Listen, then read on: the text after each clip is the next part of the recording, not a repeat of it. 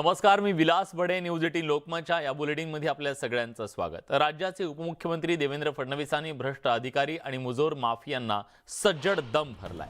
हे पैसे खाणारं सरकार नाही, जर कोणी पैसे खाल्ले तर त्याला सोडणार नाही असा इशारा फडणवीसांनी दिलाय. त्याचवेळी त्यांना महाविकास आघाडी सरकारमधील स्थगितीच्या निर्णयांवर सुद्धा हल्लाबोल केलाय.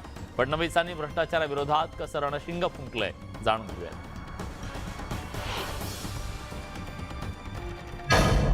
पैसे खाणाऱ्या अधिकाऱ्यांना सोडणार नाही. उपमुख्यमंत्र्यांचा भ्रष्ट अधिकाऱ्यांना सज्जड दम. धोरणांनाही माहित होतं मी पुन्हा येईन. फडणवीसांचा विरोधकांना जोरदार टोला. आपकी पॉलिसी को भी मेरे ऊपर विश्वास था जब मैंने कहा था मैं पुनः येईल, बस सबके नाम दे दो, सबको घर बैठाऊंगा. ये चलेगा नहीं. ये सरकार बदलिए समझ में आना चाहिए. जो सारे व्यवहार करते थे सबको जेल में डालना शुरू किया और मैं छोड़ूंगा नहीं, मैं सबको जेल में डालूंगा. शिंदे फडणवीस सरकारच्या स्थापनेला 100 दिवसांचा कालावधी पूर्ण झाल्यानंतर उपमुख्यमंत्री देवेंद्र फडणवीसांनी जोरदार काम सुरू केलंय. पंतप्रधान नरेंद्र मोदींच्या ना खाऊंगा ना खाने दूंगा या घोषणेची अंमलबजावणी करत नागपूरमधील मिनकॉन 2022 या कॉन्फरन्समध्ये बोलताना उपमुख्यमंत्र्यांनी भ्रष्ट अधिकाऱ्यांना सज्जड दम भरलाय. मैं अभी आशीष जी को पूछ रहा था कि हमने आपको रेती घाट देने की बात कही थी तो उसका क्या हुआ. तो मुझे बड़ा आश्चर्य हुआ. उन्होंने कहा मैं पिछले 2 साल से प्रयास कर रहा हूं लेकिन टीपी इशू नहीं होती. तो ये तो बड़ी आश्चर्य की बात है. अगर एमएसएमसी को नहीं मिलती है तो ये तो ऐसे जितने अधिकारी हैं उनको घर पे ही बैठाना पड़ेगा. अगर हमारे सरकार के उपक्रम को कोई यहाँ पर जो जीआर हमने निकाला उसका पालन नहीं होता होगा. आशीष जी, आप तो पुराने अनुभवी, हमने साथ में काम किया है. आप चुप बैठने वालों में से नहीं है तो आप क्यों चुप बैठे हो. बस सबके नाम दे दो, सबको घर बैठाऊंगा. ये चलेगा नहीं. ये सरकार बदलिए समझ में आना चाहिए. फडणवीस केवळ अधिकाऱ्यांना इशारा देऊन थांबले नाहीत. त्यांनी रेती आणि गौण खनिजाची चोरी करणाऱ्या माफियांचीही कान उघडणी करत इशारा दिला. मैं सबको जेल में डालूंगा. क्योंकि इस प्रकार से अगर हमारे एनवायरमेंट को पूरे तरीके से खराब करते हुए हमारी नदियों को खोद कर और एक नया पैसा सरकार को न देते हुए इस प्रकार का व्यवहार होता होगा तो वो लोग भी सुन ले. उन्होंने आज तक क्या किया है वो किया है. इसके बाद करेंगे तो छोड़ूंगा नहीं. उनके ऊपर कार्रवाई होगी और पुलिस की कार्रवाई भी होगी. ये उन्होंने ध्यान में रखना चाहिए. अधिकारी माफियांना इशारा देणाऱ्या फडणवीसांनी महाविकास आघाडी सरकारच्या धोरण स्थगितीच्या निर्णयावरही निशाणा साधला. 2023 मध्ये नवी मायनिंग पॉलिसी आणण्याची घोषणा करत फडणवीसांनी त्यांच्या खास स्टाईलनं विरोधकांना टोला लगावलाय. पिछले समय आशीष जी ने पॉलिसी तैयार की, लेकिन आशीष जी आपकी सारी पॉलिसीज ये सरकार जाने से वही के वही रह गई. लेकिन आपकी पॉलिसी को भी मेरे ऊपर विश्वास था जब मैंने कहा था मैं पुनः येईल, तो आपकी पॉलिसी को भी मालूम था कि मैं ही आने वाला हूं. इसलिए बीच में आपकी पॉलिसी ने मुंह ही बाहर नहीं निकाला. अब आप चिंता मत करिए. आपने जो नई माइनिंग पॉलिसी तैयार की है वो आप कब तक सबमिट करेंगे. ऑलरेडी कर दी है. हर्षदीप जी, हम जनवरी से पहले इसको कर लेंगे. 26 जनवरी बोलता हूं. बिफोर 26 जनवरी हम नई माइनिंग पॉलिसी को मान्यता देंगे. एकंदरीतच राज्यात राजकीय गोंधळ सुरू असतानाच दुसरीकडे उपमुख्यमंत्री देवेंद्र फडणवीसांनी कामाचा वेग वाढवल्याचं पाहायला मिळतंय. त्यामुळे आता उपमुख्यमंत्र्यांनी भ्रष्टाचाराविरोधात रणशिंग फुंकल्यानंतर तरी भ्रष्ट अधिकारी आणि माफियांची मुजोरी थांबते का हे पाहणं महत्त्वाचं ठरणार आहे. नागपूरहून तुषार कोहळेसह ब्युरो रिपोर्ट, न्यूज 18 लोकमत. मनसे अध्यक्ष राज ठाकरेंनी वर्षा बंगल्यावर मुख्यमंत्री एकनाथ शिंदेंची भेट घेतली. मुख्यमंत्री एकनाथ शिंदेंची भेट घेत अंधेरी पोटनिवडणुकीत भाजपला पाठिंबा दिला असल्याची शक्यता वर्तवली जाते. गेल्या 3 महिन्यातील दोघांची ही तिसरी भेट असल्यानं सगळ्यांच्याच नजरा त्यांच्या भेटीकडे लागलेल्या होत्या. यावेळी भाजपचे नेते मंगलप्रभात लोढा उपस्थित होते. अंधेरी पोटनिवडणुकीसंदर्भात दोघांमध्ये अर्ध्या तासापेक्षा जास्त काळ चर्चा झाल्याचा अंदाज व्यक्त केला जातो.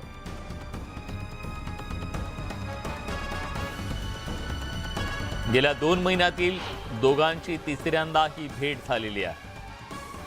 अंधेरी पोटनिवडणुकीच्या पार्श्वभूमीवर ही भेट झाल्याचं बोललं जात आहे.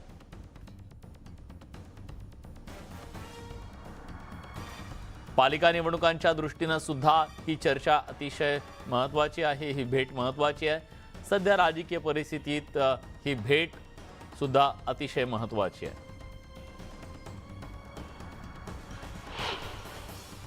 तर मला कल्पना नाही कुठल्या विषयासाठी गेलो, कारण आम्ही आज सकाळपासून इथे नाशिकमध्ये आहोत.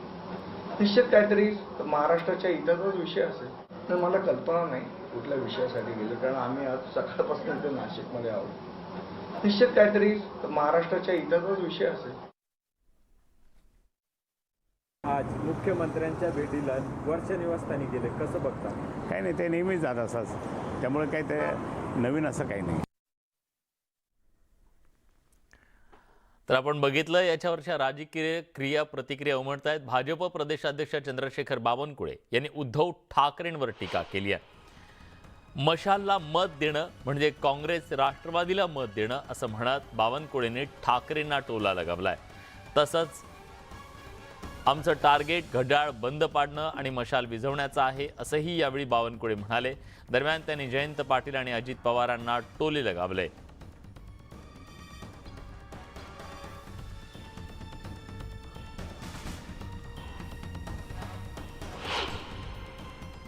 आम्हाला असं वाटतं आता मशालला मत देणं म्हणजे काँग्रेसला मत देणं, उद्धवजीला मत देणं म्हणजे राष्ट्रवादीला मत देणं. आणि त्यामुळं काँग्रेस राष्ट्रवादीचे विचार स्वीकारणाऱ्या उद्धव ठाकरे या गटाला मराठी माणसं आणि हिंदुत्ववादी व्यक्तीने मतदान करू नये याकरता आम्ही जनजागरण करणार आहोत. महाराष्ट्रामध्ये जेव्हा निवडणुकीला समोर जातो आहे तर आमचं टार्गेट असणार आहे की घड्याळ कुठं बंद पडायची, ती बारामतीत बंद पडली पाहिजे. काँग्रेसचा पंजा कुठं थांबला पाहिजे, तो साकोलीत थांबला पाहिजे. आणि मशाल जी काँग्रेस आणि राष्ट्रवादीने पकडली आहे आणि उद्धव ठाकरेजींनी आता चिन्ह घेतलाय, त्या मशालला अरबी समुद्रातलं पाणी आणून पेटली तरी ते विझवावं लागेल. मला वाटतं की जयंत पाटील साहेब आणि अजित पवार साहेबांना त्यांच्या आमदारात काय चालू आहे माहिती घेतली पाहिजे. असे बॉम्बस्फोट होणार आहे, प्रवेशाचे असे बॉम्बस्फोट होणार आहे की त्यांनाही कळेल काय होत आहे. त्यामुळं अजित पवार साहेबांनी जयंत पाटील साहेबांबद्दल मला काही बोलायचं नाही आहे, पण त्यांना पुढं कळेल. मला काय वाटतं की थोडं महाविकास आघाडी सरकारच्या नेत्यांनी थोडं आता 2 वर्ष हे जे बॅट्समन आहे ना फडणवीसजी आणि एकनाथजी शिंदे, या दोघांची बॅटिंग पाहिली पाहिजे. जरा यांची 2020 मॅच कशी चालू आहे, 18 तास कसे काम करतायत. त्यांनी मुख्यमंत्री बघितलं आहे 18 महिने मंत्रालयात न येणारे, त्यामुळे त्यांनी बॅटिंग केली आहे. जयंत पाटील साहेब, अजित पवार साहेबांची बॅटिंग चालू होती मंत्रालयात. उद्धव ठाकरे साहेब तर ना बॉलिंग करत होते ना विकेट किपर होते. बाळासाहेबांची शिवसेना पक्षाच्या समोर नवा पेच निर्माण झालाय. ढाल तलवार या चिन्हावर नांदेडमधल्या सचखंड गुरुद्वाराच्या माजी सदस्यांनी आक्षेप घेतलाय. ढाल तलवार ही धार्मिक निशाणी असल्याचा दावा करण्यात आला, तर ठाण्यातील शिखांनी ढाल तलवारीला विरोध नसल्याचं स्पष्ट केलंय. आमची निशाणी कृपाण असल्याचंही त्यांनी म्हटलंय.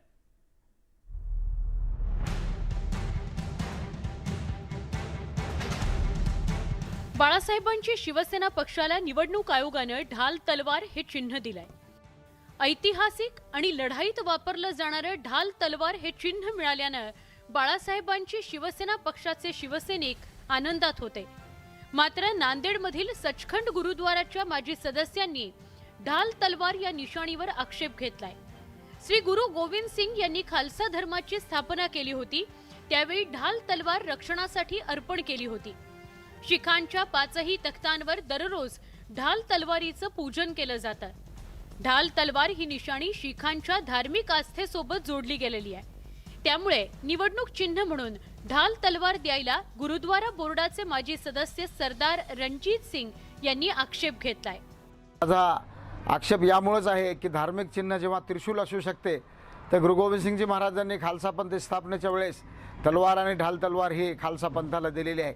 त्या ढाल तलवारची पूजा 5ही तख्तावर आमच्या होत असते, दररोज होते.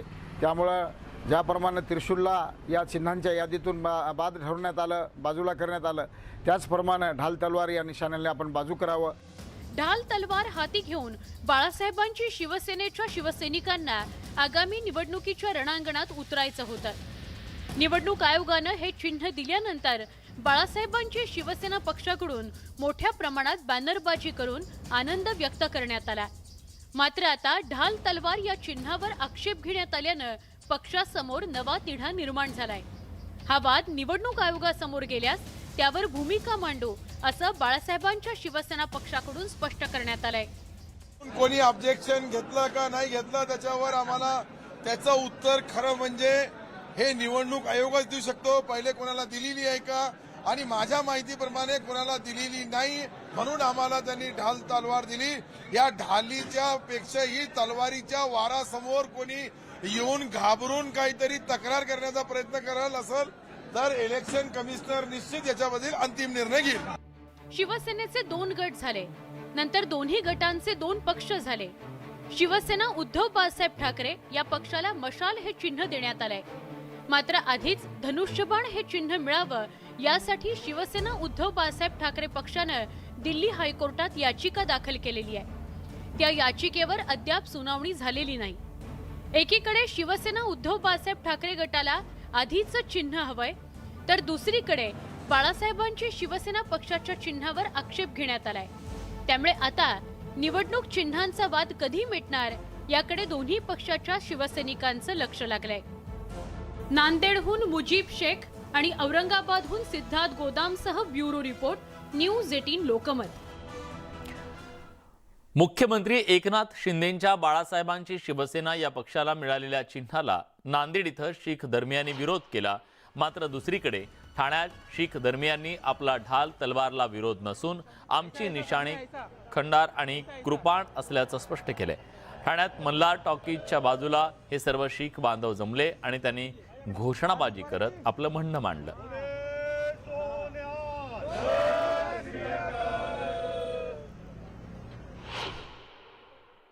नांदेडमध्ये जे काही कोणी वक्तव्य केले त्या आम्ही विरोध करतोय आणि राजनीती आणि धर्म दोघांना मिसळू नये हे आम्ही त्यांना हात जोडून विनंती करतोय. स्वाभिमान शेतकरी संघटनेच्या ऊस परिषदेमध्ये 13 ठराव मंजूर झाले. चालू गळीत हंगामात 1 रकमी FRP सह अधिकचे 350 रुपये प्रति टन उचल द्यावी. अतिवृष्टीमुळे नुकसान झालेल्या शेतकऱ्यांना हेक्टरी 50,000 रुपये मदत करावी. भारनियमन त्वरित रद्द करून शेती पंपाला विना कपात दिवसा 12 तास वीज द्यावी. तसंच केंद्र सरकारनं साखरेचा किमान विक्री दर 35 रुपये करण्यात यावा असे ठराव या परिषदेत मांडण्यात आले. दरम्यान या मागण्या मंजूर न झाल्यास 7 नोव्हेंबरपासून आंदोलन करणार असल्याचं सुद्धा यावेळी राजू शेट्टींनी म्हटलं.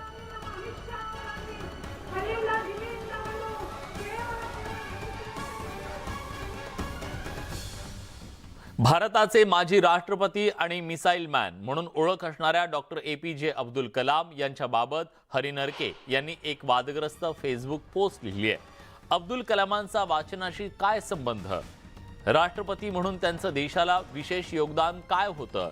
असे जळजळीत सवाल हरी नरके यांनी फेसबुक पोस्टच्या माध्यमातून उपस्थित केलेत. अब्दुल कलाम हे एक इंजिनियर होते, पण त्यांना काही मंडळींनी शास्त्रज्ञ घोषित करून टाकलं असं म्हणत त्यांनी कोणता शोध लावला असा प्रश्नांचा भडीमार नरकेंनी केला.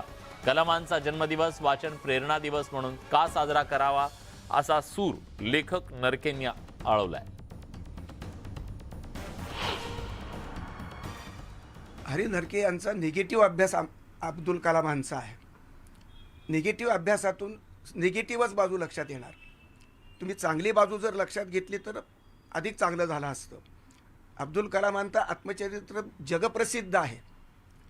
हिंदूच्या गळ्याबद्दल ताईत असं झालेलं अब्दुल कलामांचं आत्मचरित्र आहे.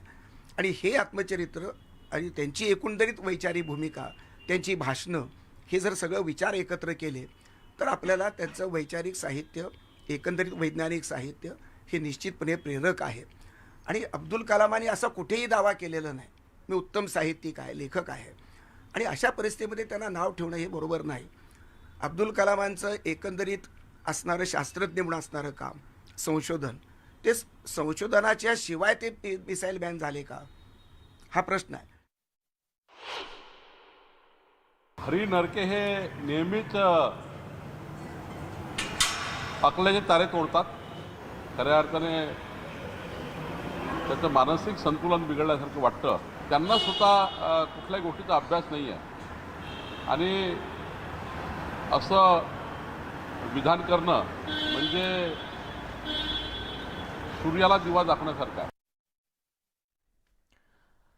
नक्सल चळवळीचा मास्टर माइंड असा आरोप असलेला प्राध्यापक गोकलकोंडा नागास उर्फ साईबाबा याच्याबद्दल एक महत्त्वाचा निर्णय आज घेतलेला आहे. त्याच्या साथीदारांची मुंबई उच्च न्यायालयाच्या नागपूर खंडपीठाने निर्दोष मुक्तता केली. त्यानंतर काही तासात महाराष्ट्र सरकारनं त्या निर्णयाविरोधात सर्वोच्च न्यायालयात धाव घेतली.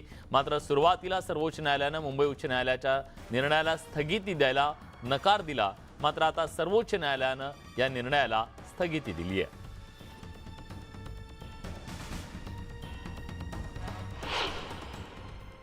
मला या गोष्टीचं समाधान आहे की माननीय सर्वोच्च न्यायालयाने मुंबई उच्च न्यायालयाच्या नागपूर खंडपीठाने साईबाबाच्या संदर्भात दिलेला निकाल हा सस्पेंड केलेला आहे.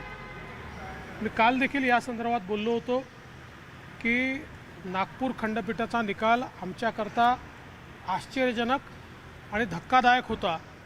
कारण ज्या व्यक्तीच्या विरुद्ध माओवाद्यांना थेट मदत केल्याचे इतके पुरावे आहेत त्याला टेक्निकल मुद्द्यावर सोडणं हे चुकीचंच होतं. ब्रेकनंतर तुमचं पुन्हा एकदा स्वागत. बातमी राज्यात सुरू असलेल्या परतीच्या पावसाच्या तडाख्याची. राज्यात परतीच्या पावसामुळे पिकांचं प्रचंड मोठं नुकसान झालंय. खरीपाच्या पिकाचं मोठं नुकसान झालं असून शेतकरी हवालदिल झालाय. सोयाबीन, कपाशीसह कोकणात भात शेतीचं मोठं नुकसान झालंय. हातातोंडाशी आलेला घास पावसानं हिरावल्यानं बळीराजा चिंतेत सापडलाय.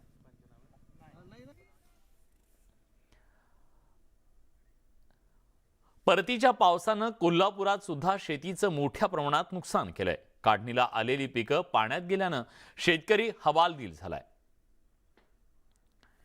तर या परतीच्या पावसाच्या तडाख्यानं शेतकऱ्यांच्या हातातोंडाशी आलेला घास आज हिरावून घेतला गेलेला आहे.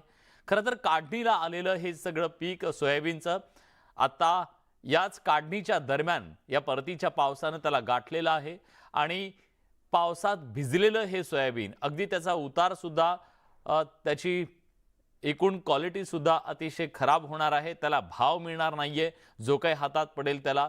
आणि जिथं ते वापलेलं आहे तिथंच त्याला जर मोड फुटणार असतील तर त्याला घेणार तरी कोण हा सवाल आहे. आधी सोयाबीनला कमी भाव मिळतोय, 4,000 पर्यंतचा भाव आहे आणि अशा परिस्थितीत शेतकऱ्यांच्या वर कोसळलेलं हे आसमानी संकट मोठं आहे.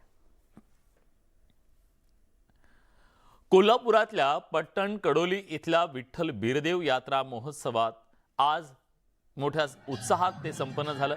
महाराष्ट्र आणि कर्नाटक राज्यातून आलेल्या भाविकांनी या परिसरात प्रचंड गर्दी केली. हा परिसर गर्दीनं फुलून गेला होता. तर भंडाऱ्याच्या मुक्त उधळणीनं सोन्याची झळाळी आली. यावेळी झालेल्या फरांडी बाबांच्या भाकणुकीमध्ये पाऊस गैरहंगामी पडेल, राजकारणात गोंधळ होऊन उलतापालत होईल, नदीजोड प्रकल्प उदयाला येईल, बहीण भावात मालमत्तेवरून तंटे होतील, सीमेवर युद्धजन्य परिस्थिती निर्माण होईल, भारत महासत्तेच्या दिशेनं जाईल अशी भविष्यवाणी व्यक्त करण्यात आली.